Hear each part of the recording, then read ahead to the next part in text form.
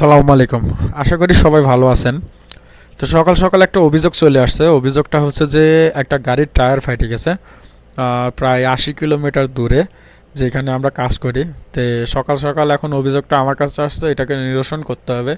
যার জন্য কোম্পানির ভেতর থেকে সমস্ত সামান টামান যা যা দরকার পড়ে সেগুলোকে নিয়ে অপেক্ষা করতেছি। এখন বাজে সকাল 5:30। অলরেডি রোদ উঠে পড়ছে।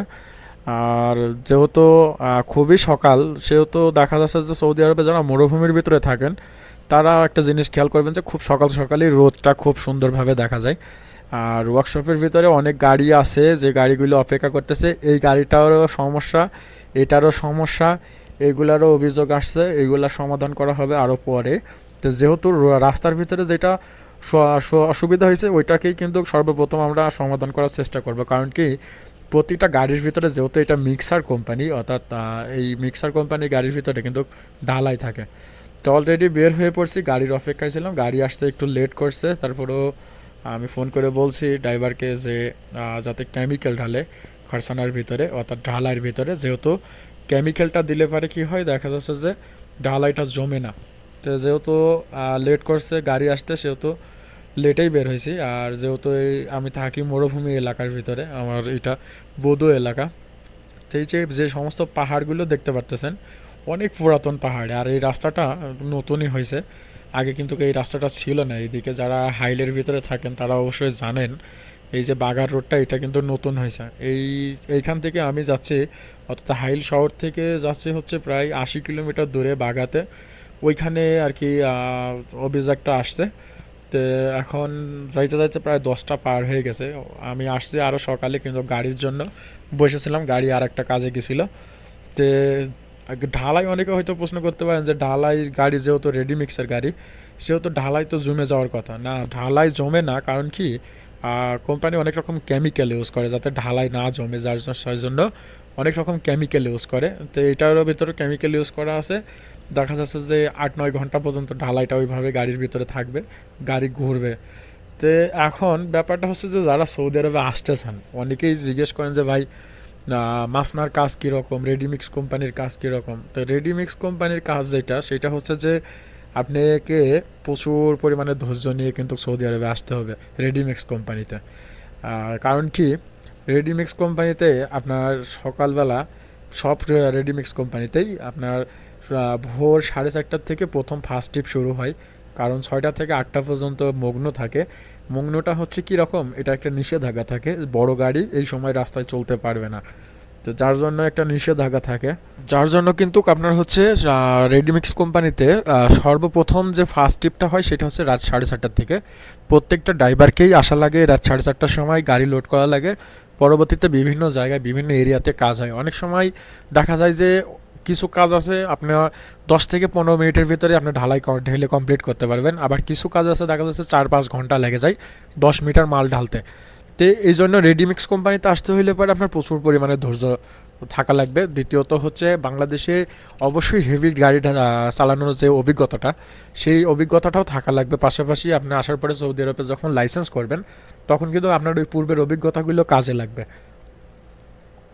তো এখন ব্যাপার হচ্ছে যে সৌদি আরবের রাস্তাঘাটে কিন্তু গাড়ি চালাইতে হইলে পারে আপনাকে খুবই সাবধানতা অবলম্বন করতে হয়। কারণ কি, সাবধানতা যদি আপনি অবলম্বন না করেন, সেই ক্ষেত্রে রোডের ভিতরে স্পিড ক্যামেরা থাকে, তারপরে সিট বেল্টের ক্যামেরা থাকে, গাড়ির ফাহাজের ক্যামেরা থাকে, অনেক রকম ক্যামেরা থাকে। পাশাপাশি সিআইডি থাকে এবং হচ্ছে ট্রাফিক পুলিশ থাকে।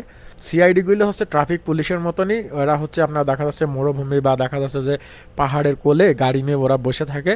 বিভিন্ন গাড়িকে ওরা ওদের মতন করে ফলো করে, করার পরে যদি কোনো ফল্ট দেখতে পারে সেক্ষেত্রে পিছন থেকে আসে আপনার হচ্ছে তারা আপনাকে সিগন্যাল দেবে। সিগন্যাল দেওয়ার পরে আপনাকে অবশ্যই দাঁড়াইতে হবে। দাঁড়াইলে পরে আপনার রুকসা চাইবে, অর্থাৎ ড্রাইভিং লাইসেন্স চাইবে। পাশাপাশি আপনার গাড়ির যে কাগজ, যেটাকে আমরা ইস্তেমারা বলি, এই গাড়ির কাগজও চাইবে।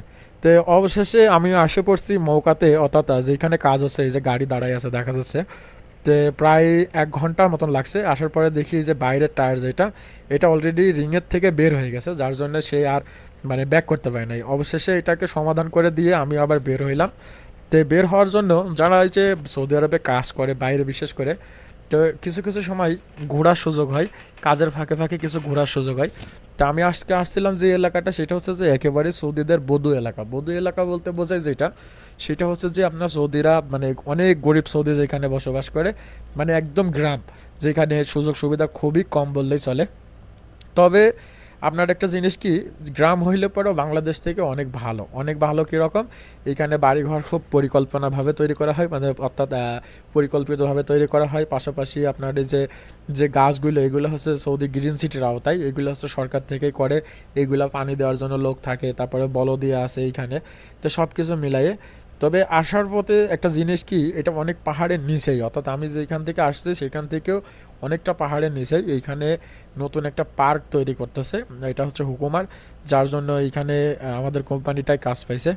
তো আসার পথে একটা জিনিস মানে খুবই নজর কাড়ছে আমার, সেটা হচ্ছে যে এই গ্রামের মানুষ একটা সময় তারা হচ্ছে যে পানি ব্যবহার করতো, তাদের খাবার পানি, তারপর দৈনন্দিন কাজে যে পানিগুলো ব্যবহার করতো, সেই পানিগুলো কোথা থেকে সংগ্রহ করতো সেইটার একটা নজর আসছে। ওই যে দেখতে পারতেছেন দূরে যে গ্রামটা, এইটাই, এই যে এইখানে 4টা কুয়া সংরক্ষণ করা হচ্ছে। এটা হচ্ছে এই শহরের মানে ঢুকতেই প্রবেশদ্বারে ছিল, মানে এই গ্রামের মানে মুখেই একদম। এই 4টা কুয়াকে সংরক্ষণ করা হচ্ছে। এই কুয়ার থেকেই এক সময় পানি সংগ্রহ করতো এই গ্রামের মানুষ। তো এইটা দেখলে পারে তাদের জীবনযাত্রার মানটা বোঝা যায়, যে বেদুইনরা কিভাবে তাদের জীবনযাপন পার করতো, বা তারা তাদের জীবনযাপন কিভাবে একসময় পার করেছে, এই ব্যাপারগুলো মানে বোঝা যায়। তো এখন ব্যাপারটা হচ্ছে যে যেটা, সেটা হচ্ছে যে অনেক ওই নিচের থেকে, অর্থাৎ অনেক দূর থেকে তারা একটা সময় এই কুয়ার পাশে আসতো পানি নেওয়ার জন্য। কারণ কি, অনেকেই জানেন যে সৌদি আরবে কিন্তু